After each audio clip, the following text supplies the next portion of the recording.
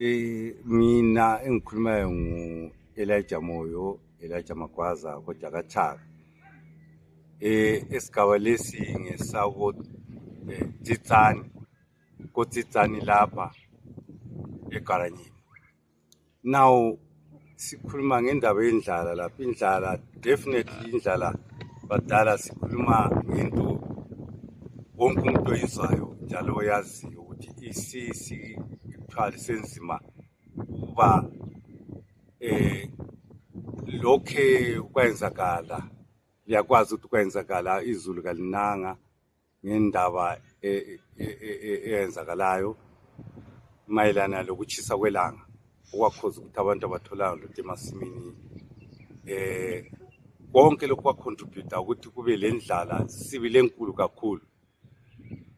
Now indlala ikhona bakithi, siyabe sikhangela ukuthi igambeni ngasincedisa ncedise sibili ngoba nxa kusenzakala abantu kumele ukuthi ngabe thola ukudla bathola ukudla bencediswe igovernment ngoba indlala sesiyenza ukuzama lokuba sinje sihlezi semakhaya sisebenzi asilalutho sikhangela ukuthi singathola okunye okuvela ku-government kodwa kube kuphuze kuyaphuza kodwa-ke kuba eyazama ukusincedisa layo yikho kufunakalayo sibili.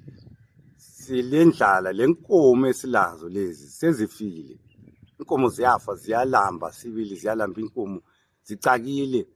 Indlala yenkomo lendlala izifuyo lendlala eyabantu abantu silendlala bakithi sikhuluma ngayo nsuku zonke vele ibuhlungu indlala into esikhathazayo kakhulu lapha siyasola ukuthi singathini azo siyasibona njalo uhulumende esigabeni lethu usungule indawo ukuthi izifuyo zisizakale zizonatha khona kulinceda kangakanani lokho?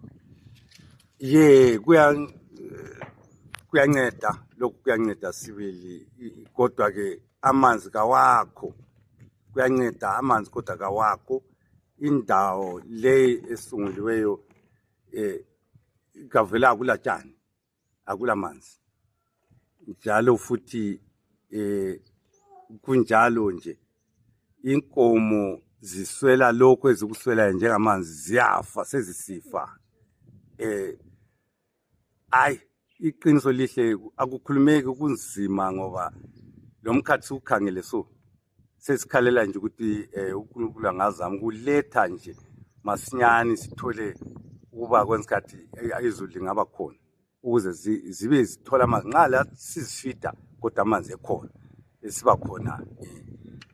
Iqiniso lihle sibili okukhona lokho okwenzakalayo ngendlala definitely badala singabantu siyazibonela lathi okukhona okuzayo sikwazi ukuthi kuzayenzakalani into bani ngendlala lesi eyenzakalayo.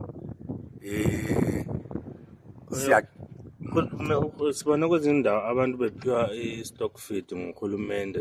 Lufikile na uhlelo lolu ngapha? Luyafika kodwa luceza ngezindlela singasoze sikwazi kodwa-ke luyafika lukhona silubuyile.